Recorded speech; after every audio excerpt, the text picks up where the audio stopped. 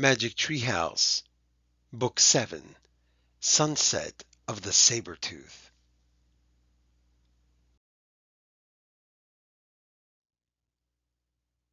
Chapter 5, Snow Tracks. "Wow, what is this place?" said Jack. "Maybe it's an art gallery," said Annie.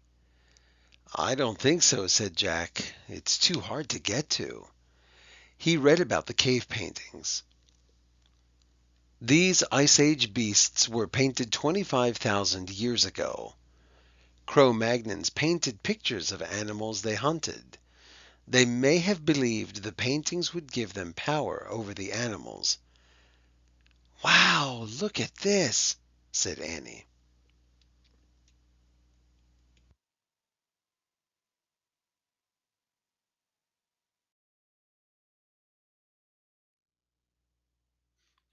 She pointed at a painting farther down the wall.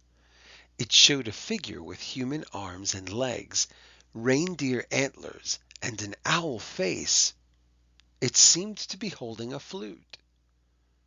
Jack looked at the book again. He found a picture of the figure and read, "Cavemen may have been led by a sorcerer or master of the animals.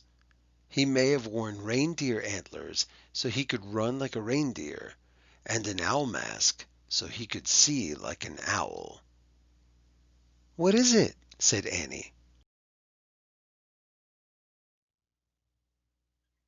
"The master of the animals," said Jack. "He's a sorcerer." "Oh, wow," breathed Annie. "That's it." "That's what?" "That's who we have to find." "Why?" "Maybe he's a friend of Morgan's," said Annie. Jack nodded slowly. "Maybe," he said. "Let's go find him," said Annie. They went back through the tunnel into the first cave. "We better put our lamps back," said Jack. He and Annie blew out their lamps. They placed them back by the fire.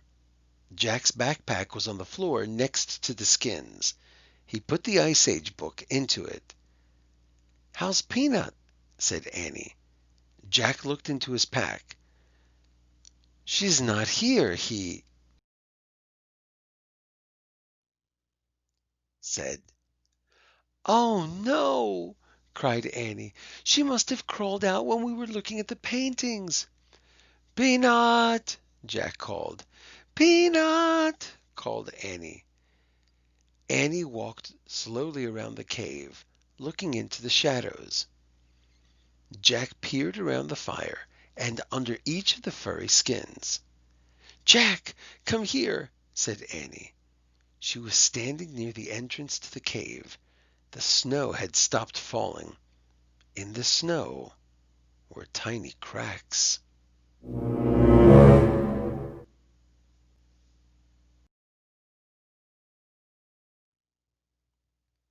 Chapter 6, Song on the Wind. "Peanut's tracks," said Annie. "We have to find her before she freezes." She wrapped her reindeer coat around her and headed across the snow. Jack pulled on his backpack and followed. The mouse's tracks led them between the fallen rocks and back onto the open plain. The wind blew harder. Snow swirled over the ground, covering the tiny footprints. "I can't see them any more," wailed Annie. She and Jack now stood in the middle of the plain. They stared at the windswept snow.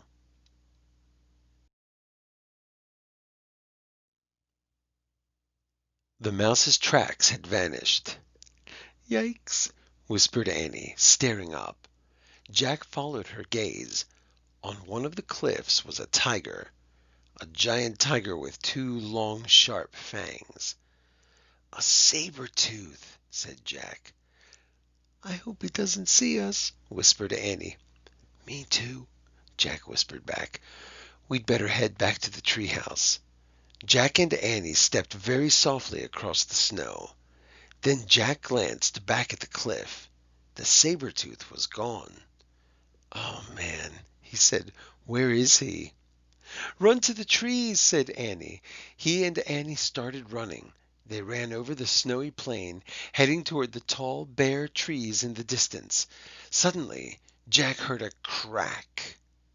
The ground caved in, and Jack went with it.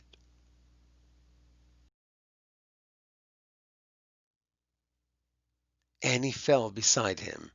They crashed down onto a heap of branches, snow, and earth.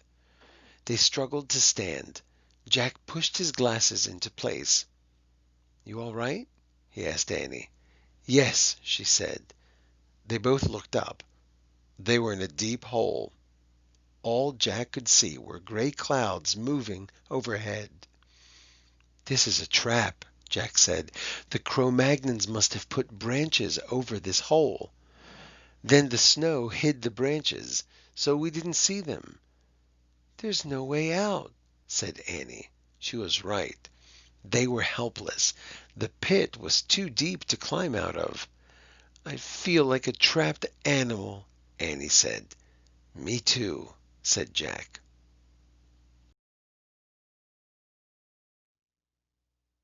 He heard a yowl in the distance.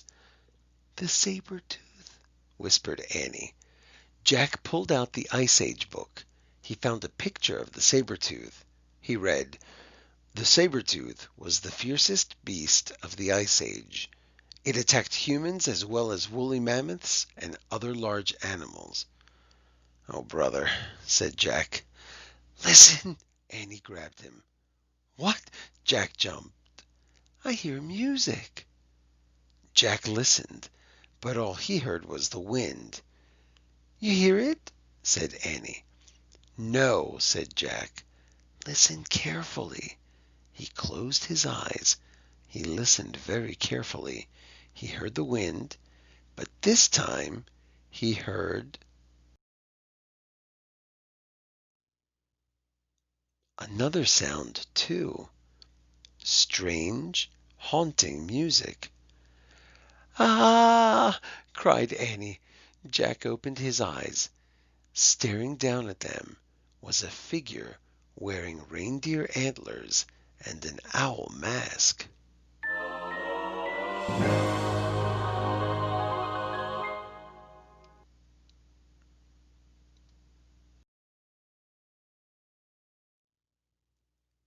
"The sorcerer," whispered Jack.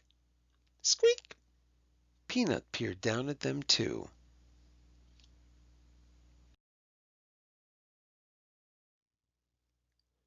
Whew! This story is getting intense. Saber-toothed tiger and a sorcerer and all of it. Of course, the cold. Jack and Annie get into a lot of trouble sometimes. Okay, do you remember, why did the Cro-Magnons paint pictures on the wall? Who is the master of the animals? Who was missing when Jack and Annie came back through the tunnel?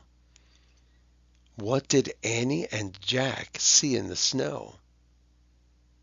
What made them disappear?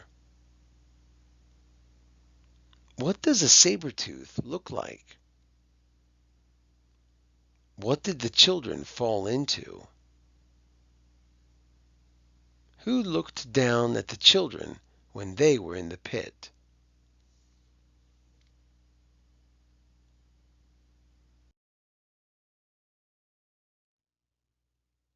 To be continued.